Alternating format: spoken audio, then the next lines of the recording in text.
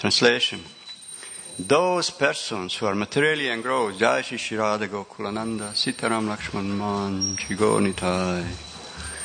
Those who are materially engrossed, being blind to the knowledge of the ultimate truth, have many subject matters for hearing in human society, O Emperor. Translation. Purport. In the revealed scriptures, there are two nomenclatures for the householder's life. One is Grihastha, and the other is Grihamedi. The Grihasthas are those who live together with wife and children, but live transcendentally for realizing the ultimate truth. The Grihamedis, however, are those who live only for the benefit of the family members, extended or centralized, and thus are envious of others. The word Medi indicates jealousy of others. The Grihamedis, being interested in family affairs only, are certainly envious of others. Therefore, one Grihamedi is not in good terms with another Grihamedi, and in the extended form, one community, society, or nation is not on good terms with another counterpart of selfish interest. In the age of Kali, all the householders are jealous of one another because they are blind to the knowledge of the ultimate truth. They have many subject matters for hearing, political, scientific, social, economic, and so on. But due to poor fund of knowledge, they set aside the question of the ultimate miseries of life, namely, miseries of birth, death, old age, and disease. Factually, the human life is meant for making an ultimate solution to birth, death, old age, and disease. But the Grihamedis, being illusioned by the solution to the problems of life, being illusioned by the material nature, forget everything about self-realization. The ultimate solution to the problems of life is to go back home, back to Godhead. And thus, as stated in the Bhagavad Gita 8.16, the miseries of material existence, birth, death, old age, and disease are removed. The process of going back home, back to Godhead, is to hear about the Supreme Lord and His name, form, attributes, pastimes, paraphernalia, and variegatedness. Foolish people do not know this. They want to hear something about the name, form, etc. of everything temporary, and they do not know how to utilize this propensity of hearing for the ultimate good.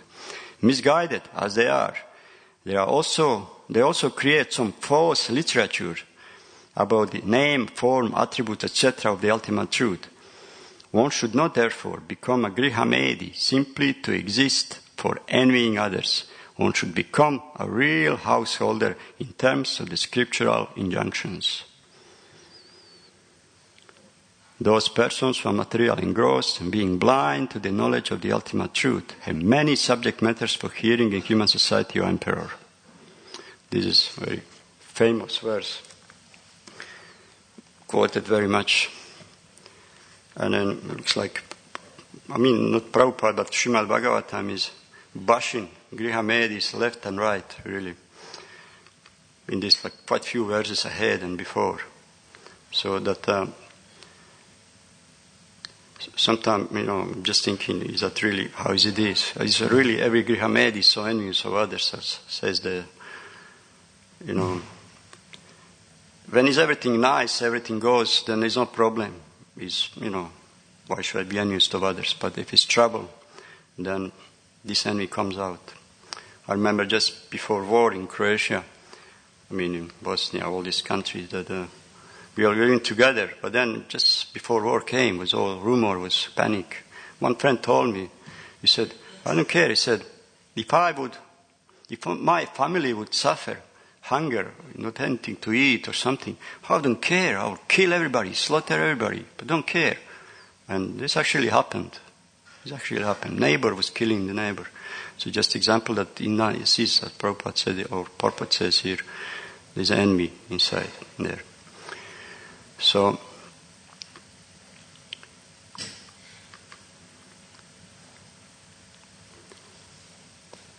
in this verse it says, those persons who are materially engrossed, being blind to the knowledge of the absolute truth, have many, many subject matters for hearing human society, O Emperor. So, because they hope that finding answers to all what they inquire, this will bring them final peace and satisfaction. They will improve their life. See, otherwise they wouldn't. You see, they were engrossed. If you are engrossed, you'll try to find solution anywhere else. See, so just to ask proper questions. So, what are right questions? In previous chapter, I think on the last verses said, what Maharaj Parikshit asked, please let me know what a man should hear, chant, remember, and worship, and also what he should not do. These are questions which Maharaj Parikshit asked just before he died. These are proper questions. He said, please explain this to me. And then in verse 1, he said, yesterday's, he said, please, Sri Sukadeva Goswami said, my dear king, your question is glorious. It is very beneficial for all kinds of people. The answer to this question is the prime subject matter for hearing, and it is approved by all transcendentalists. So these are questions which are crucial for everybody to ask. Maharaj Parikshit here is congratulated by sages. These are questions you should ask, not something else. See.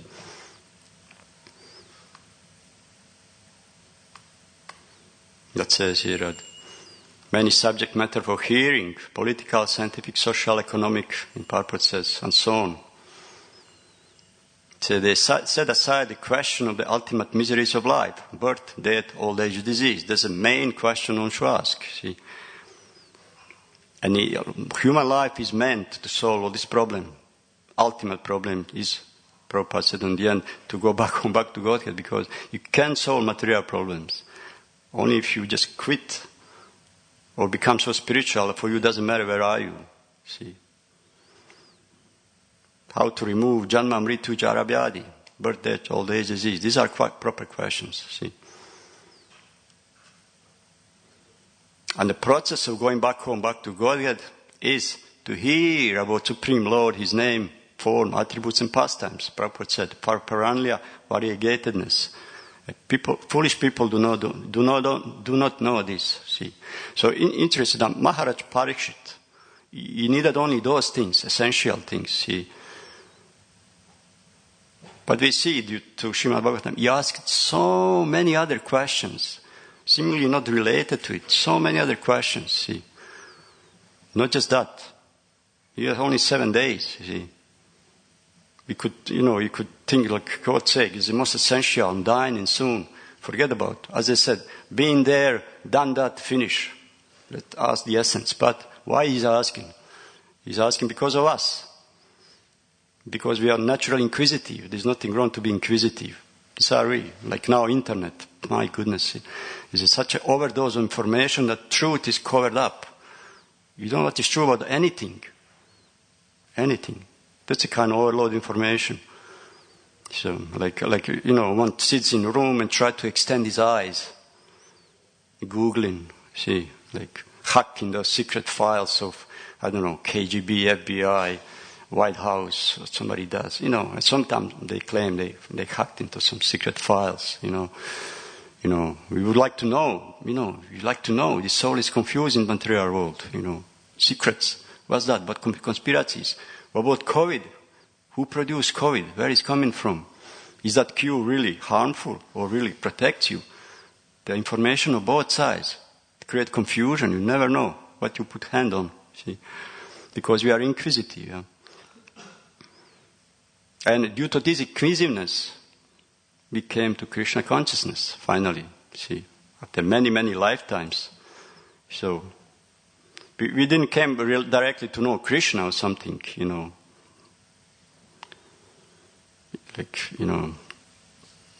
were inquisitive of many things about life. Somebody wanted service straight away. No, our inquisitiveness brings us there. See, and Srimad Bhagavatam, he takes us wherever we are and slowly paves the way around. That's the Srimad Bhagavatam. That's what Parikshit asked so many questions to grab our attention and slowly pave our out build a groove where we can fall in slowly until we come to the essence. See?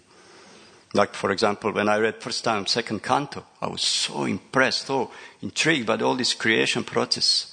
Like why Maharaj Parikshit would want to know about time, about creation, about the elements, about orders of society, but asking for us. So I was so impressed by all this. I didn't understand, nothing probably, but was so impressed how detail is. So this kind of, and it grabbed me. Second canto is first which I really read, So this is incredible, Creation of the universe on this, when you come the time, soon it will come in this chapter. Time, who needs such a time, a small fragment of time, like 1/700 split of second or something, So it's incredible descriptions that, So, interesting that in spiritual world, we are all Satchidananda. What would this mean? Spiritual world, Satchidananda. That means that full of knowledge, full of bliss, full of eternity. So what's happened when one crosses the Vaitarani river, which is dividing line, huge river between material and spiritual life? Does that mean that his intelligence gets stripped away somehow, like in a water filter? Like you have reverse osmosis up there. Strips everything out. Is that what happened with his soul? It doesn't, because soul cannot be separated from these three constituents. Full knowledge, full eternity, full bliss. You cannot. If you strip any of them, you will not be soul. It will be something else, like fire. Take heat. You will not be able to eat this morning. I will not be able to cook anything. If you strip anything from that, see. His soul is always Satchidananda. And here, what comes is Asat, Achit, Nirananda. So this interesting point there. So why is that? If you get not stripped of knowledge, eternity, and bliss, what's happened with us? When you go through this Vaitarani river, identification changes. You just give up the soul. Give up the soul aside and identify with the mind. See?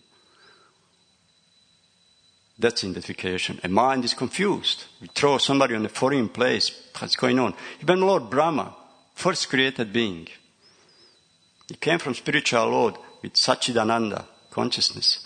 When he came, his body, very body is made of intelligence. And what happened to Brahma? He was totally confused. Total darkness. Who am I? What is that place? He's totally confused. Even him, first entity made of intelligence.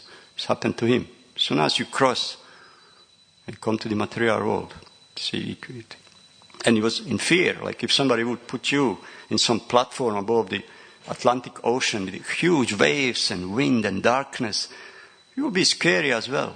The shaking on this platform. What's going on? Who am I? So we have this. What's happened when you come to material world? And then he has to calm down, and when he heard the word tapa and perform austerity, what happened then?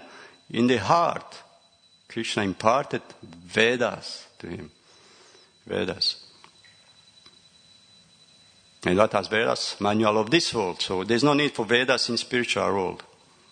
They belong to this, manual of this world. You deal mostly with three modes of material nature. See? So in this material world, we need such instructions because we are associated with the mind. The mind is confused totally. You need instructions. Mind needs that. To run this world, or if you not run properly, we ruin the world. That's a question. That's a fact. So, and then since mind need to acquire knowledge, see, soul is always all-knowing. It's all-knowing always. But to identify with the mind, you have to acquire the knowledge to function here. Like, listen, mind is like a child on the legs. What child does when he's small? Daddy, what is that? Daddy, what is that? Inquisitiveness comes. We have to know. We want to know. So that's what we do here. We try to acquire knowledge. You see, and mind is also shaped according to the source of its knowledge. Depends on source. Mind is shaped. So fortunately, you can be misled. See, like I remember in 20s and 30s, they made this nice cream for the face with radioactive material inside. And ladies were using radioactive, I think it's radium, which is even more radioactive than the uranium, because it's glowing and soft as the skin. And, they said, there's an advert, still you can see, it said, makes your skin so soft and clean. I'm thinking, yeah, so soft that it falls off, melts away. Yeah. But apparently it did much harm because they put small amount of it into it. But in regard to this, which was very harmful, is that in that time, wristwatch industry, they used to paint these digitals, numbers, with glowing, because radium is glowing. And the ladies would sit, mostly ladies, they were on the job, they have small brushes, and would dip into this uranium solution, not uranium, but radium solution, and then paint the letters, But then they advised to point this small brush, they have to use their saliva. And this actually created problem, in their mouths. I don't know, maybe their jaws fall off. Anyway, so that's an ignorance. So if it's not proper, later on, of course, they realized, they were even drinking solution of it. One man died, I think, something. Like they said, it kills all bacteria, kills you, of course, kills everything, kills you also. Like if you have knowledge, probably uranium, radium, they have their use, definitely. They have their use. Like in Ayurveda, you can use mercury, one of the most poisonous elements on the planet. You can use as a cure. So if you have knowledge, yeah.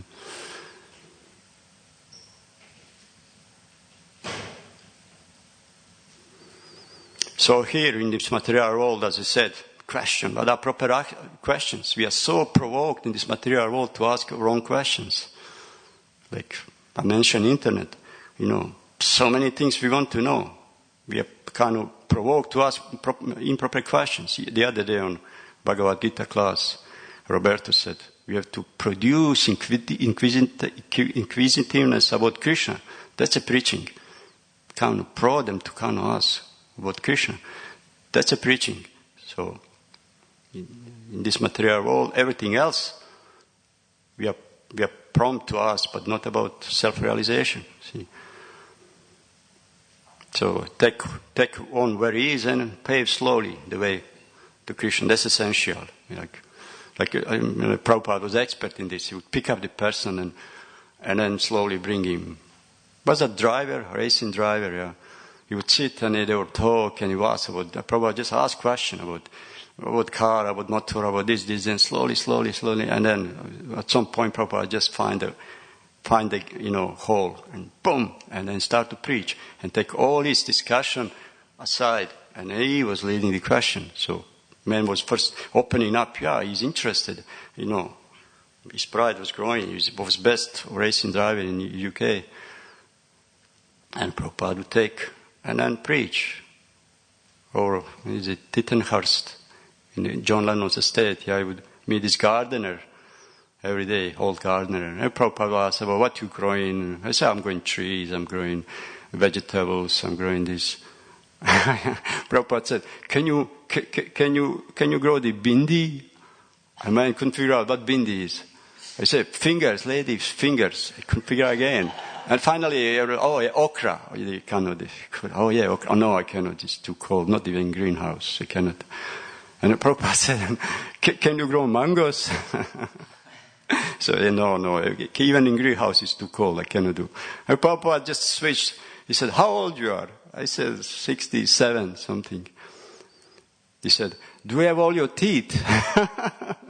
Suddenly, Prabhupada said, do you have all your teeth? He was kind of embarrassed. Because he didn't have actually any. He said, no. He says, Swamiji, they're all false. Because I have sweet tooth. I like sweet so much. They're all false. Prabhupada, I also have a sweet tooth. But I have all my teeth. I'm 72. All my teeth. Like show like this, He said, because I eat proper sweets. And then preaching started. And the man was very respectful after. They would greet each other. Like, this Prabhupada. Anyway. That's how to expertly preach. So preaching means inquisitiveness of Krishna, is increase inquisitiveness for Krishna. No. That's it.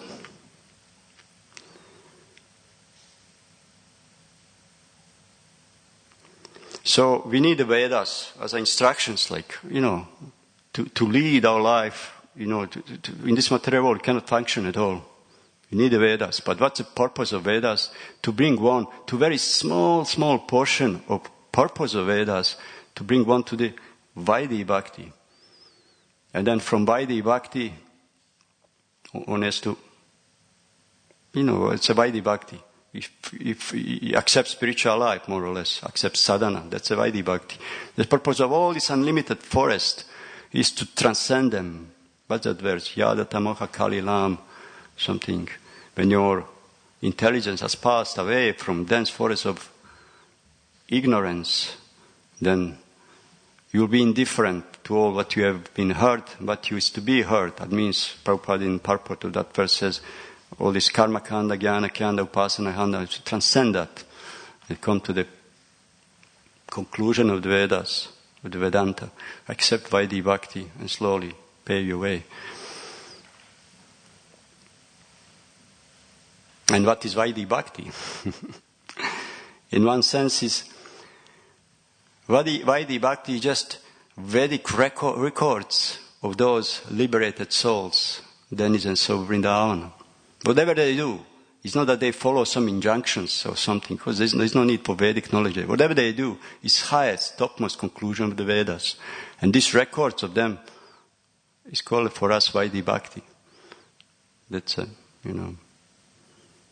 So whatever they do is spontaneous, purest. And even Vaidhi Bhakti at some point becomes Raganuga, becomes Bhagavat Marga, Bhagavat Vidhi, which is spontaneous, you see.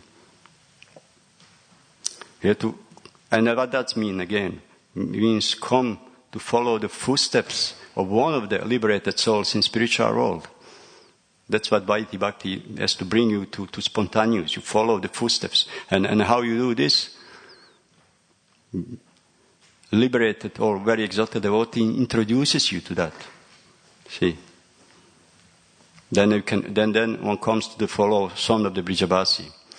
And then slowly by their mercy, then he's introduced to the inner circle of Krishna. See? Like the story I just read recently. When Lord Chaitanya was traveling in South India,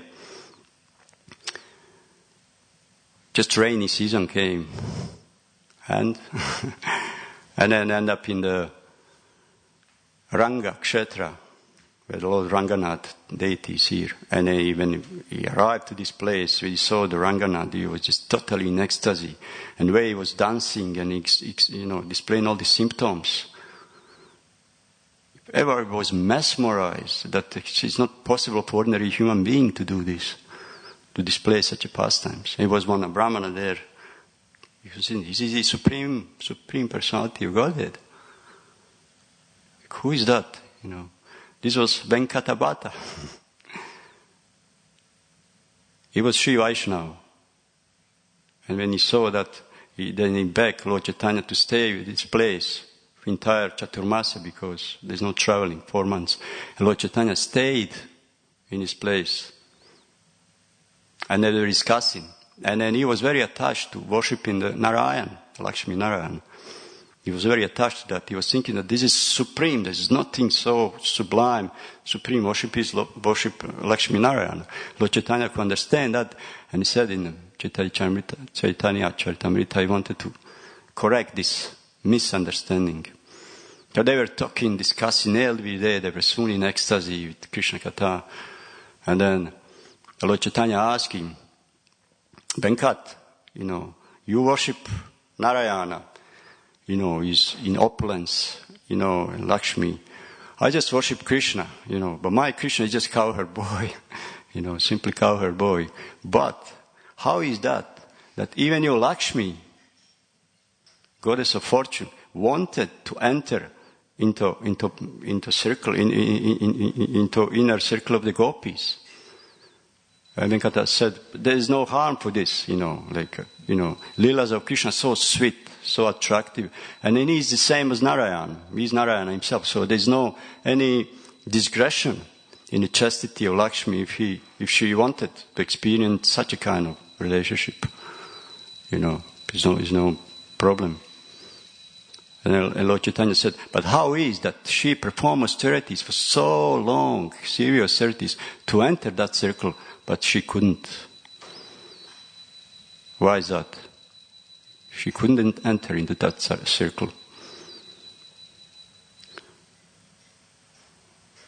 While Upanishads, he said, Shrutis, personified Upanishads, they also perform austerities they wanted, and they succeed. Ask me, he said, answer this question. Venkata Bhatta was puzzled. He could never say. All he could say is, my Lord, I don't know anything, At this point, I'm not all knowing. I don't know. I worship Lakshmi Narayana. But you are supreme. You can enlighten me in that topic. And Lord Chaitanya said then, he said, Lakshmi was performing great austerity, but in the same time she wanted to retain her opulence as a Lakshmi, and like this enter into circle, which is not possible, It's not possible. While Shrutis, Upanishads, they were very much attracted to gopis, and first they didn't succeed, but then through this great devotion they took birth in the Vraja as a gopis, and then they were able to enter into inner circle. And then he was puzzled completely, They were able to enter in inner circle and associate with Krishna. This is highest. And he gave so many verses about supremacy of Krishna. But and he could see mind of Venkata Bhatta is like, you just felt that Venkata feels that somebody just want to take out of his heart something, attachment, and then, he was just, he could see this kind of small disturbance. And Lord Chaitanya said, but I was just joking, I just explained that there's no difference between Narayan and Krishna, between Lakshmi and gopis, I was just speaking in the jest, joking with you. I didn't want to disturb you. But Venkata Bhatta would already change. He was just, he just felt nectar.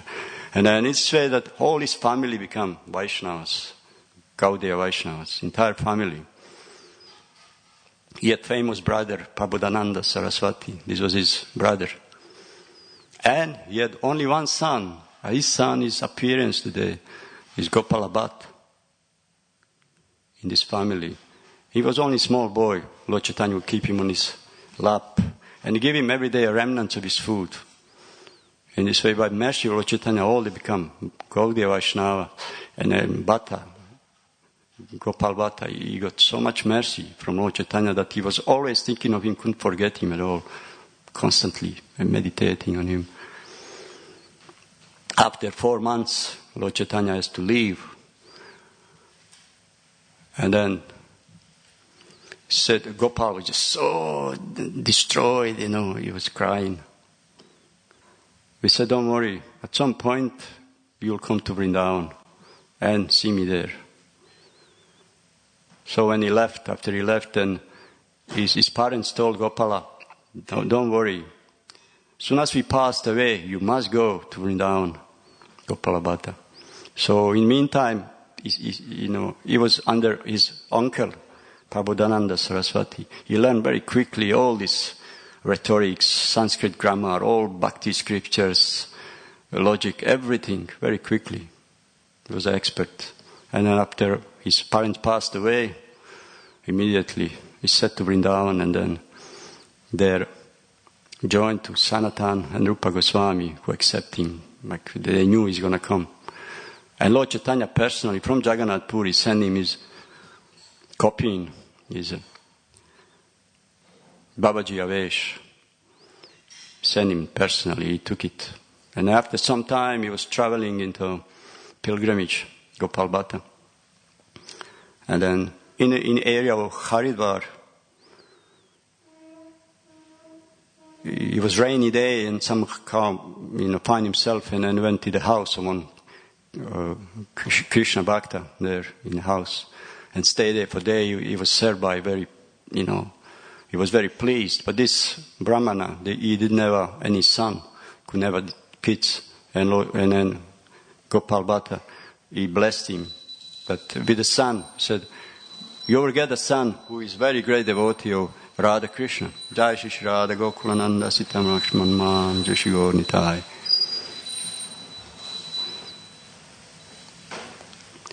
So your son, you will get son, you will be a great devotee of Radha Krishna. And Brahman told him, I will send my son to you to take shelter. We will serve you all his life. And then Gopala Bhatta continued ahead and he went to Gandaki, obtained 12 shalagram shilas. He brought them in his cloth around the neck, worshipping every day very faithfully. But in his heart always wanted to have deity actually to worship. And once one rich merchant, he gave him some cloth, deity cloth, some outfits, beautiful. It was, oh God, I wish if I could just adore Krishna with this deity, with this. And then that evening he just kind of, put the shalagrams and the rest, put them on a tree, and went to rest. The next morning he just woke up, took a bath, and when he woke up, the shalagram shila, when he opened the basket, it's an amazing thing. One of the shalagram shila was turned into beautiful deity of Krishna. Carved in the 3 places. He was amazed. All the Goswamis came. He was amazed. He gave him name Radharaman. He worshipped for many, many years, this Radharaman, in that place. And once, when he was out of his cottage, taking bath or something, on the way back he saw a small boy on his doorstep, waiting. When he came, I asked him, who are you? And he explained, I'm this boy. My father told me that once you've been in our house, you blessed him to have a son. So I'm that son. I came to serve you. And he accepted him. And so this boy was worshipping Radharaman. His name was something, Gopal Pujari Goswami. He was Naishtiki Brahmachari. All life stayed there and worshipped Radharaman. So there's a Gopala Bhatta Goswami. He was very scholarly, of course. He together with Sanatana Goswami, they compiled the Hari Bhakti Vilas together. And then Sanatana Goswami was very devoted to him. Under his name, he published that book, Hari Bhakti Vilas.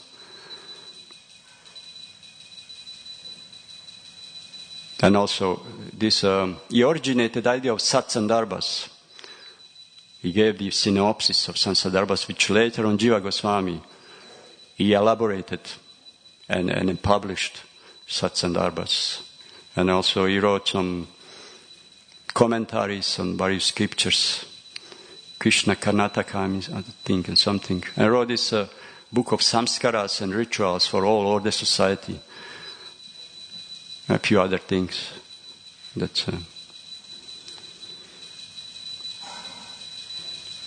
So he passed away when he was 75, I think.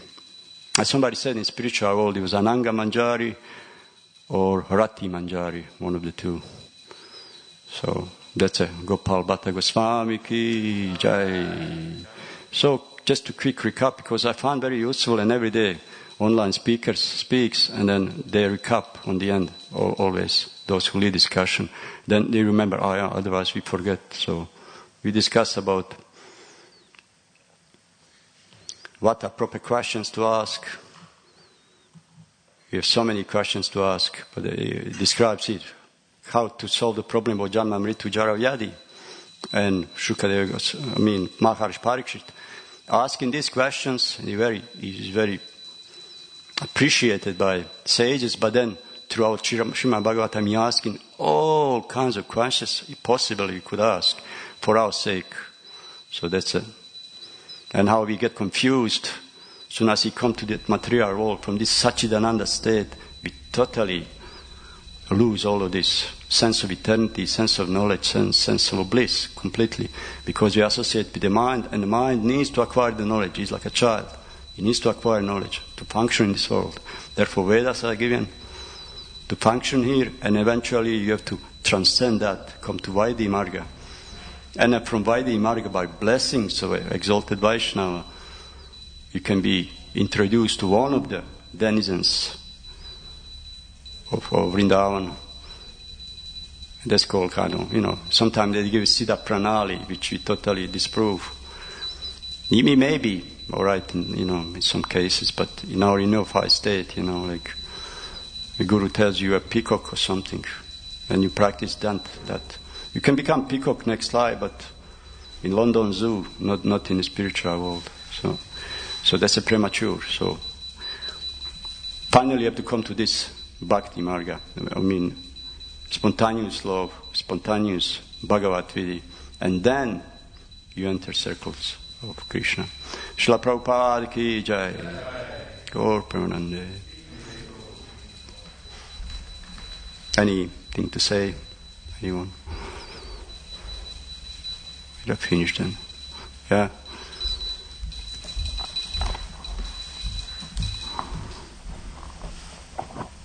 Well, there was an interesting story with Gopala Bhatta Goswami. This one disciple, he was trying to preach to him the importance of following Ekadashi. Mm-hmm. And he didn't listen, so Gopala Bhatta Goswami rejected him. And then one time he was taking bath in the Ganga.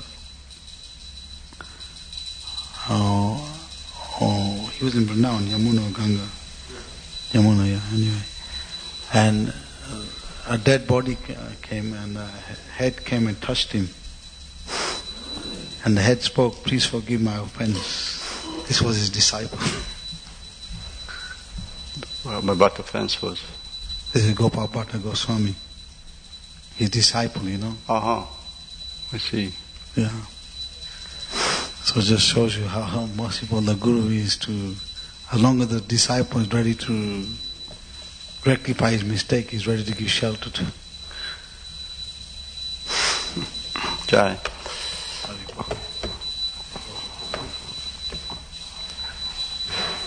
Hare Krishna Prabhu, thank you for the class. You were talking about questions and answers and preaching. There's preaching to non-devotees. You can make sure that they get inquisitive about Krishna. Prabhupada was saying, you were saying. What is the difference between preaching to a non-devotee and preaching to a devotee who is already inquisitive about Krishna? How is it we should preach to devotees versus preaching to non-devotees?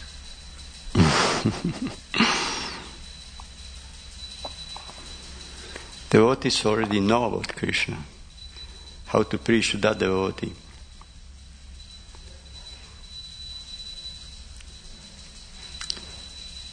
He would ask you. This is how you do usually. You ask questions. If not, then just to come to somebody out of the blue and start to preach to him, you may think, just give me a break, So, what's the difference between talking to karmis? With the karmis, we try to take their interest somehow. You're too expert. It's not everybody's a preacher. Expertly take whatever they are. Be patient with them, Lord Chaitanya Prabhupada, until you find something you can hammer on and slowly pave the way. To speak about Krishna, see the interest, see where are they. To preach to the devotee. What's the difference? You have to be open. If he's not open, it's the same thing probably. You have to see is he open, or why he's asking, or how or you want to help him, or you don't hammer anyone with the basic philosophy. In case of devotees, all you have to do is just share, remind others of Krishna. That's a preaching. Somehow, don't waste time. Share, don't waste time. That's the most important thing. As I mentioned there, like internet or whatever, You know, the other day Maharaj Chandramuli Swami said, what is greatest loss in life is to spend one moment without thinking of Krishna. If you really meditate on that, it's so important. You know, to spend one moment without thinking of Krishna is the greatest loss. And then how many moments you waste, small moments in the day. The mind gets filled up again with samskaras, you know. It's so crucial to constantly be able to remind ourselves, you know, somehow engage in Krishna service, constantly, always. And it will produce the bliss and happiness and peace. So many distractions I see in devotees, like even chanting, you know, can't help but every 2 minutes look at WhatsApp, you know. You know, what's so important there, you know. And then with WhatsApp, there's so many other things, you know, whether distraction is so enormous, you know. Therefore, progress is slow, so slow. It's very hard to not be distracted, you know. That's a practice. So we have to remind ourselves and others of Krishna. Sorry, you have something to add, yeah? Yeah.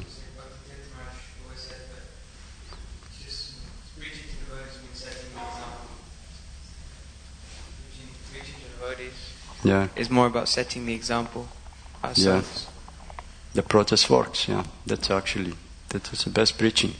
Set up example of what process works, that you are steady, that, you know, you gain something out of it. Otherwise, anyway. Okay, Srila Prabhupada ki jai.